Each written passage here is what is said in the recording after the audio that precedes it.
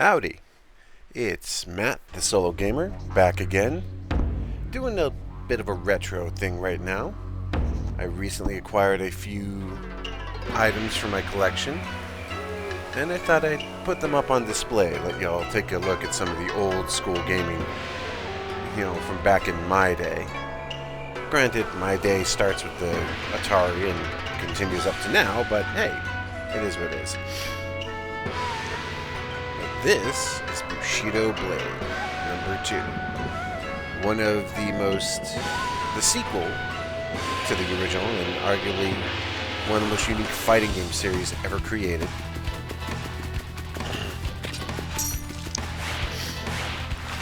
A game based around entirely unique combat mechanics and very specific systems, because there is literally no health bar, no life limit, none of that. There's no fireballs.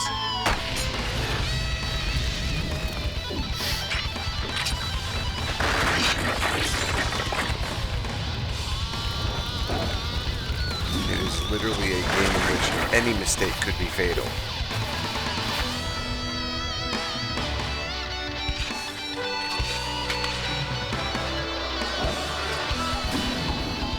Of course, has that absolutely classic 90s era PlayStation 1 style video work. It is what it is. Product of its time in every way, shape, and form. But it was unique. It was different. It was something that most people never really understood or had a chance to try out, and I thought I'd share a little bit of it with you before I get on to the main event.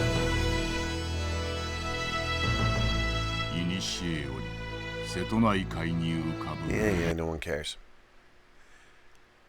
But basically, the game has a bunch of different characters fighting over like a cursed sword or some junk, I don't care. Oh yeah!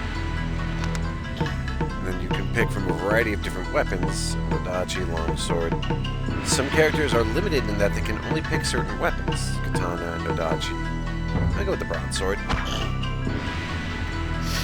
Get me that reach.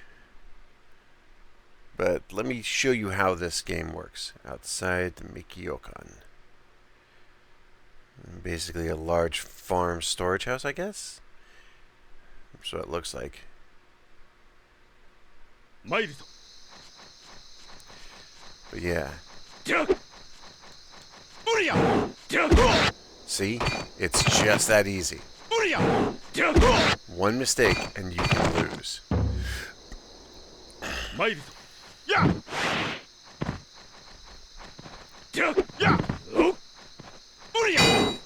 And each character has a variety of different moves. Like, see? There's that big spin. There's this large, wide swipe. And there's that big side sweep, and he's done.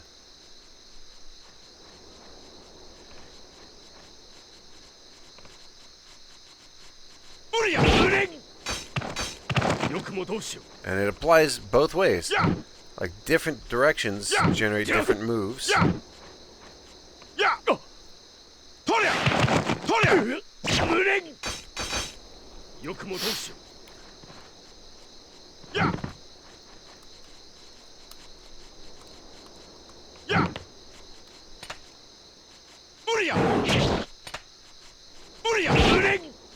But the broadsword's this big, wide-sweeping, hard-hitting blow.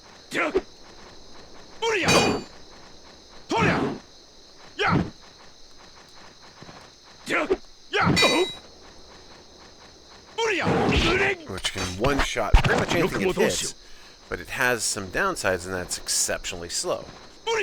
Which makes it basically a one-hit, one-kill type of game. But you gotta be on point, or else you can easily get killed if you mess up. But the advantage of the range means that it can basically cut through a target in one blow. See? The Shinto has become careless because they believe we are lacking warriors. Now. Yeah, don't care.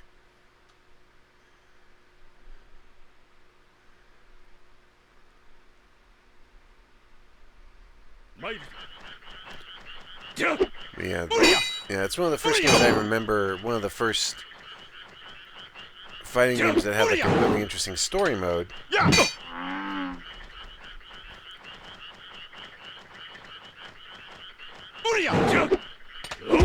See, I messed up and one hit was all it took.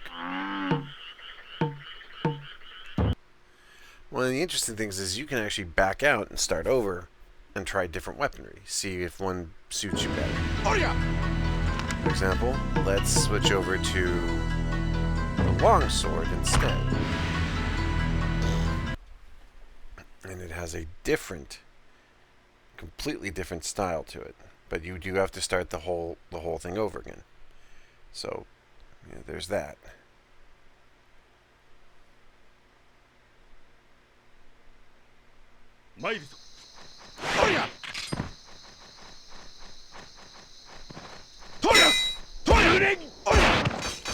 So the longsword is faster than the broadsword and is just as lethal. It also has different styles too. The longsword does not.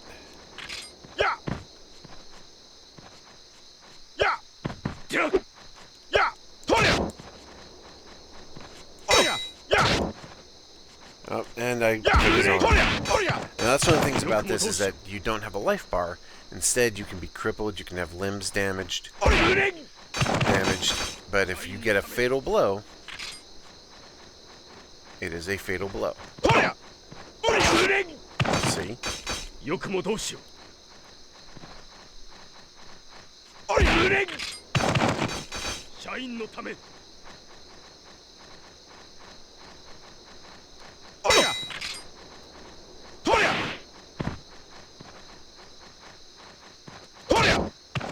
That's a low sweep.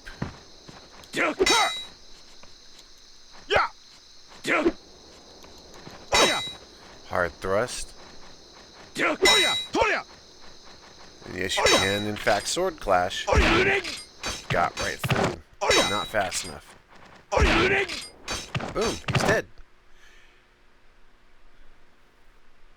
So yeah. But no, Bushido Blade's one of those games that I can't really explain it. You have to play it to understand it. But it's one of those things where I think a lot of people need to experience it for themselves just to get a grip on just how crazy that is.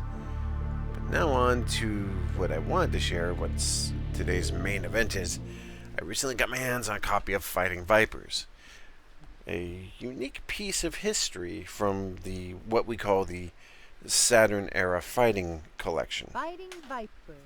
I remember playing this in an arcade in Disneyland of all places.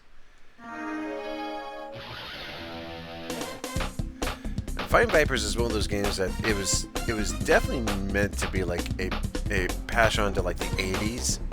And you can kind of tell that with the design. It's also clearly based upon like the JoJo's look and everything. Because I mean, look, this is just freaking Jotaro basically. Go.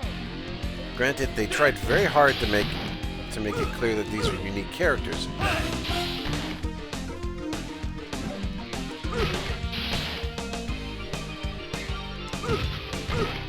One of the things that made it unique was it was also one of the first games I remember that had like boundary walls that could be broken. Like if you hit hard enough, or if you hit someone against one of the walls hard enough, it would actually shatter the boundary wall. And it was also exceptionally hard to get a grip on because it didn't play like the rest of the fighting series. It was a much more sort of... Oh, see, he broke through my guard with his. Let's see, boom. breakage. Yeah, if you hit them hard enough against the wall, it would literally send them flying out of the arena, which was... Keep in mind, this was at a time when this was groundbreaking by comparison. The only thing that could be considered better or higher at the time would be something like, say, Killer Instinct. I don't know where, comparatively, that landed from this in terms of being released, but I mean, like, it was in that same type of era. And he's definitely meant to be the Akira of this game. Like, he's meant to be the single hard-hitting striker. Round one. Let the action begin. Go. She, of course, is supposed to be the fast, sort of mobile, agile fighter.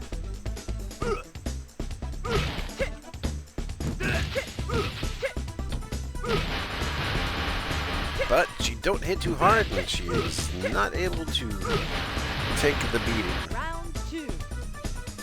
Go.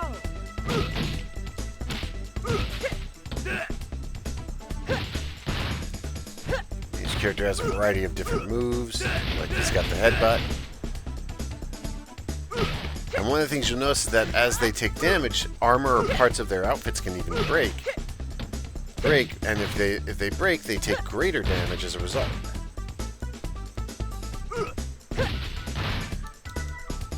Still fairly recoverable though. Like, you can still come back from that, even if you've taken like critical hit damage. You can come back from it, but it stays between the levels. Like, it stays between the rounds.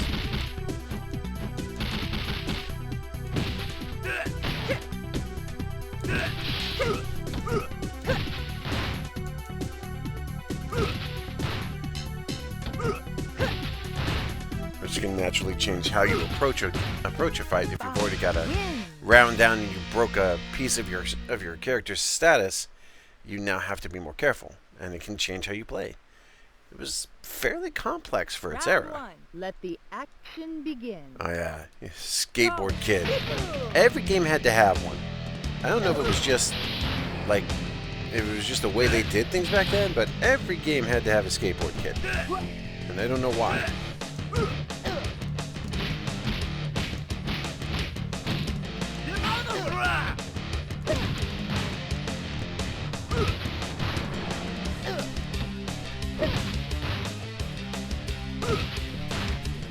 Round two.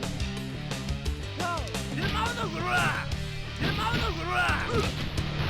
Yeah, and there are special moves, but they're not like fireballs. They're just like more powerful hits from your regular moveset.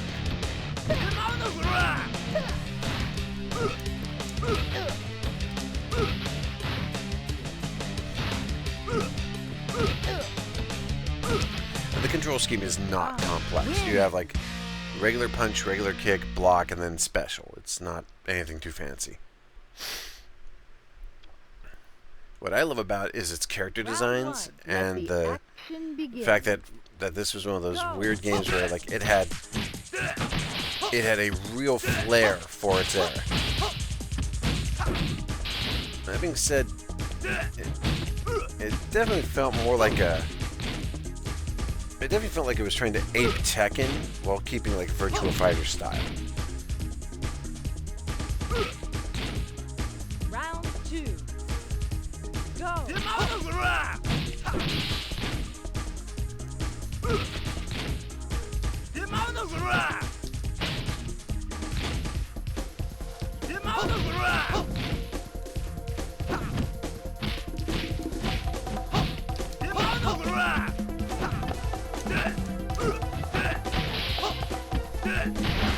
Out you go.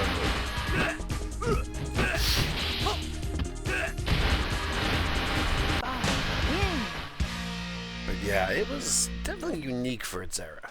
Not gonna win any awards, and certainly not gonna be like a, not gonna be like a regular appearance at Evo. But let the action begin. It was pretty interesting for its time, and definitely felt way more. It definitely had a lot more complexity to it than I think people would have expected. But it just, there was so much in the fighting game arena at the time. I think that really it just kind of got caught up in the chaos of the era and just never got back to it. And it certainly didn't. It was supposed to have like a sequel, but it never. But the Saturn's eventual end meant that it never quite came back from, it never quite came back after that. And unfortunately, like that's kind of sad because I could have seen this being a major, like modern day hit if it had the right development. Because you got the intensity of something like Tekken, and it's very fast paced, sort of hard hitting style. But the character designs are so outlandish and crazy. Round 1. Let the action begin. Go! Oh, Candy. I can never see that name now without thinking about Hellsing Ultimate Abridged. That's Candy with an I, by the way.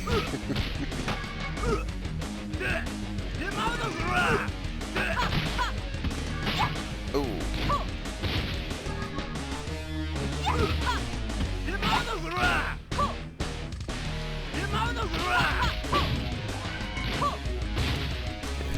God, it has been a hot minute since I played this game. I forgot how half of it works.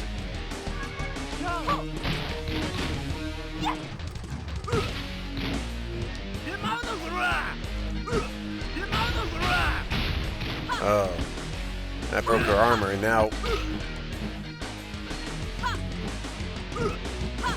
Okay, now she's actually starting to look like a real stripper with that outfit on.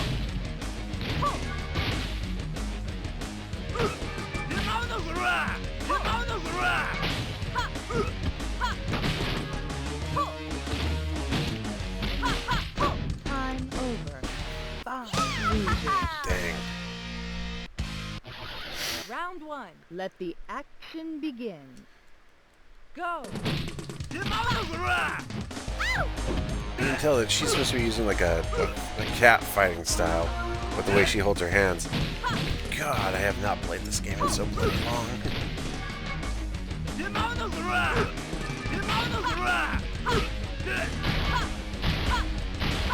Oh, there goes your armor, girl. And out.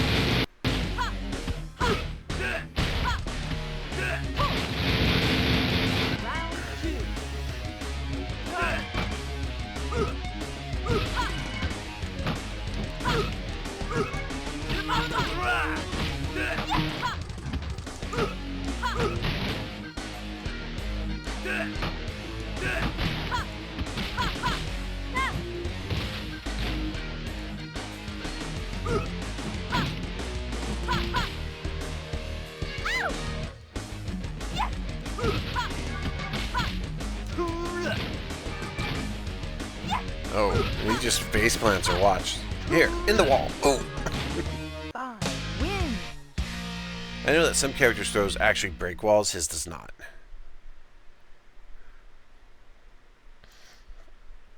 Round 1. Let the action Rexel. begin. Oh yeah, the rocker. Go! Yeah, this is just straight up, like, this is just, nah, this is the 80s guy. Like, he is just like, he's just like, nah, I got the long hair, I'm doing the 80s thing, that's my whole jam.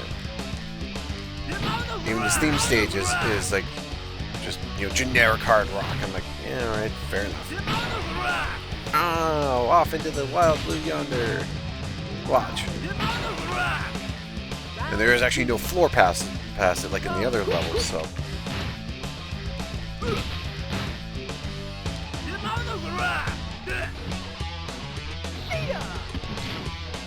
Yeah, see now I think his throw will break wall if your health is low enough.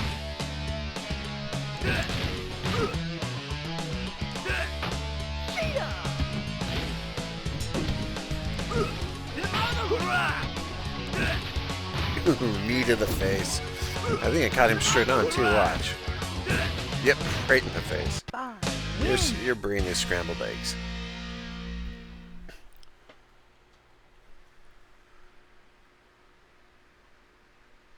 Round 1. Let the action begin. Go! Yeah, she's supposed to be like You know, you'll look at her. I think she's supposed to specifically be modeled on like Vasquez from the Alien movie, from Aliens. But I'm not sure because on one hand, and then she definitely has the headband and the hairstyle. But like the overall build is just way different because she's way too heavy. She's way too big. Vasquez was like 5'2" or something. Like, she was cut, don't get me wrong. Vasquez was buff, but she's like 5'2" with that.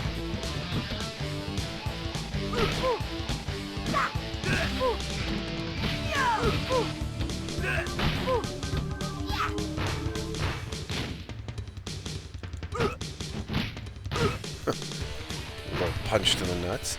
She doesn't have any. How'd that work?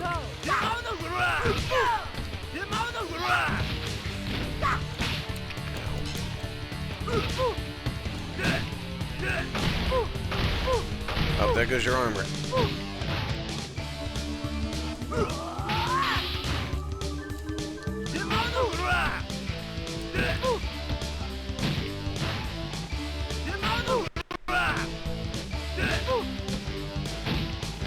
Yeah, and to be fair, like the for its time, this game was pushing a lot of the technical limits of its systems, which would rapidly be eclipsed later on, but Round 1. Let the action begin.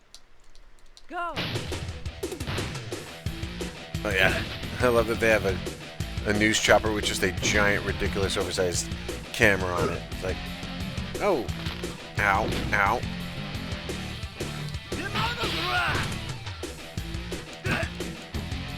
Because yeah, I guess he's supposed to be like the professional wrestler character, and his whole thing is like his whole thing is he's oh, the rebound.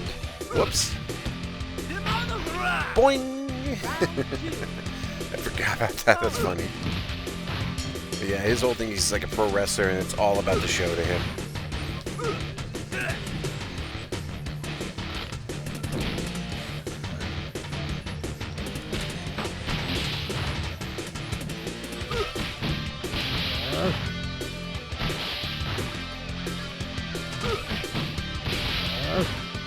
Round 3.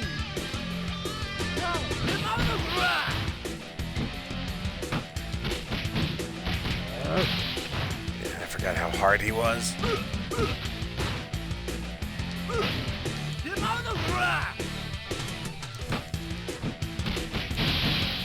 I forgot how hard it is. He is definitely he's definitely hard. Round It has 1. been a Let while the since I played this action game too. begin. Go. To be fair, you can usually beat this if you're really good. You can usually power run through this in about 4 minutes for an arcade run. I'm just have not played this in so bloody long. Yeah. I don't know if I can remember how to beat this guy. It's been so bloody long.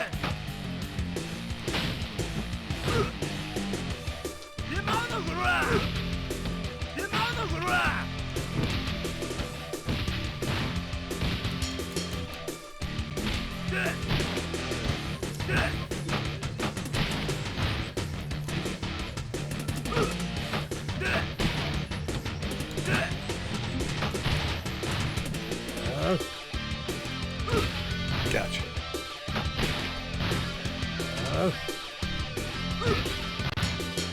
Round 3.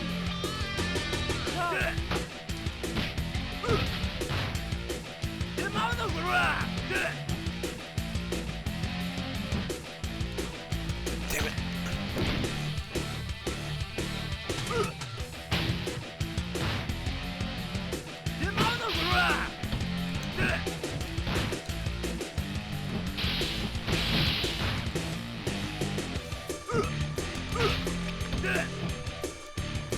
Damn it. I think he got me. Yep, he got me.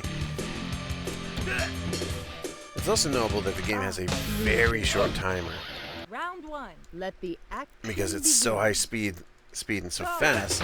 Most fights end in less than 30 seconds.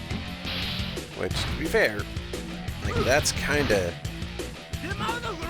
par for the course back then with most of these 3 fighters. The matches were very fast.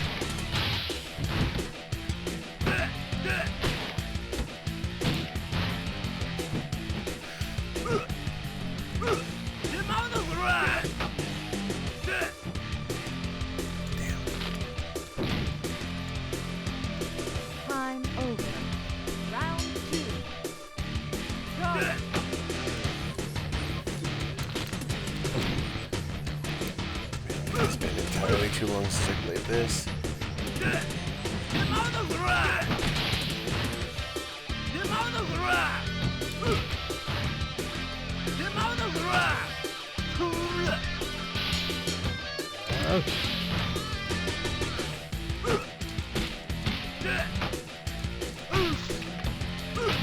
Got him.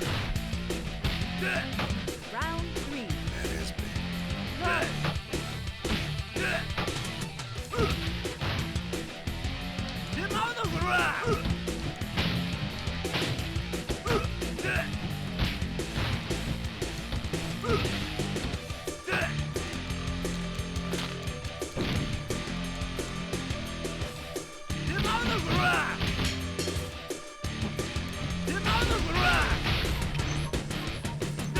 Got him. Whew. Tough fight. 5. Win.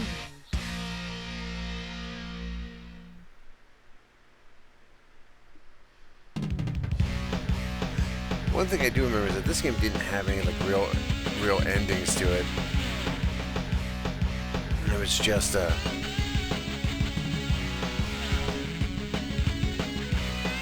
was just a straight up, credits roll, which is kind of a shame.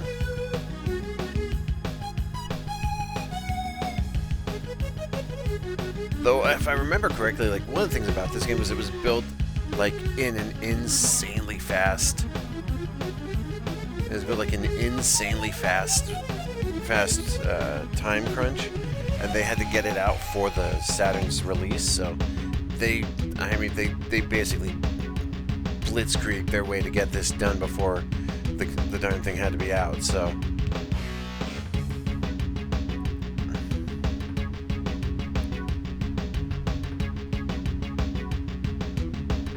Yeah, I do remember this game being rather fun and super interesting for its time, but it's definitely a product of that era.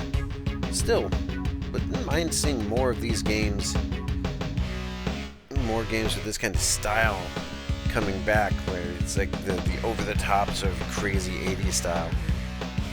I get it, people want to do like hyper-realistic and stuff. It's like, you know what, I'm sure there's a market for that, but right now it feels like that market is very minimal, and everyone wants like more crazy crap. Game over. But anyway. But yeah, that's Fighting Vipers, a very interesting product of its era. I do not care. It's not like it's gonna matter. But yeah, this was definitely a product of its era, and I feel like it's one of those things where you definitely feel like there was a completely different mindset in the game industry back in its era. It was based on the model. Yeah, here it is. It's based on the Model 2 arcade board. It included a number of changes, such as the walls around the arena and equipping each fire. It was released in 1996. So it was 2 years after. Well, no, it was 3 years after Killer Instinct launched, and they were trying to work with the 3D modeling systems that they had without having to work with like CGI with the SGI equipment.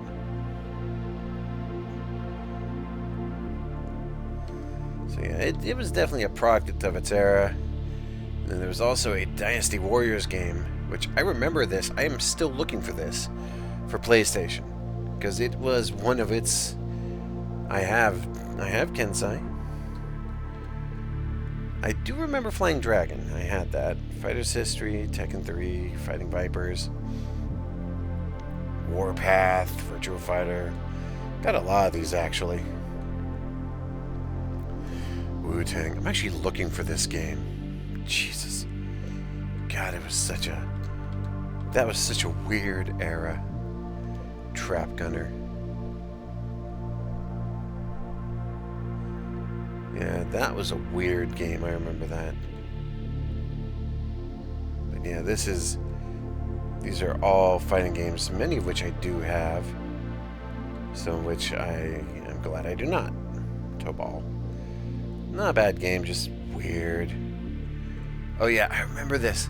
This was an attempt at a 3D Sam show before the modern stuff, and it just didn't pan out. But you can get Sam Show from like a dozen other platforms.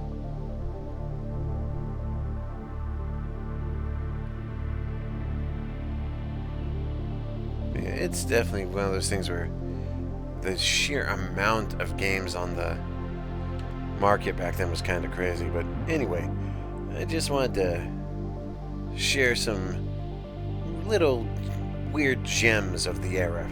There's one coming in soon that I'm going to share that I have to share. It's too insane not to show you, so I will bring it to you when I get my hands on it.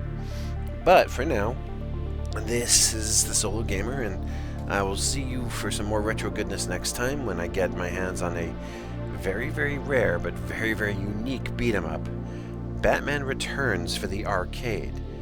And yes, this did come out. It was a thing, and there were actually multiple variants of it, including but not limited to a PS1 and a Saturn version, as well as apparently there was a PC version, but I could never find a working copy of it. It just won't run on anything now. But either way, I will see you all next time, and I will share with you the glorious, crazy insanity that is Batman Forever. Take care. See you later. This is the Solo Gamer signing out.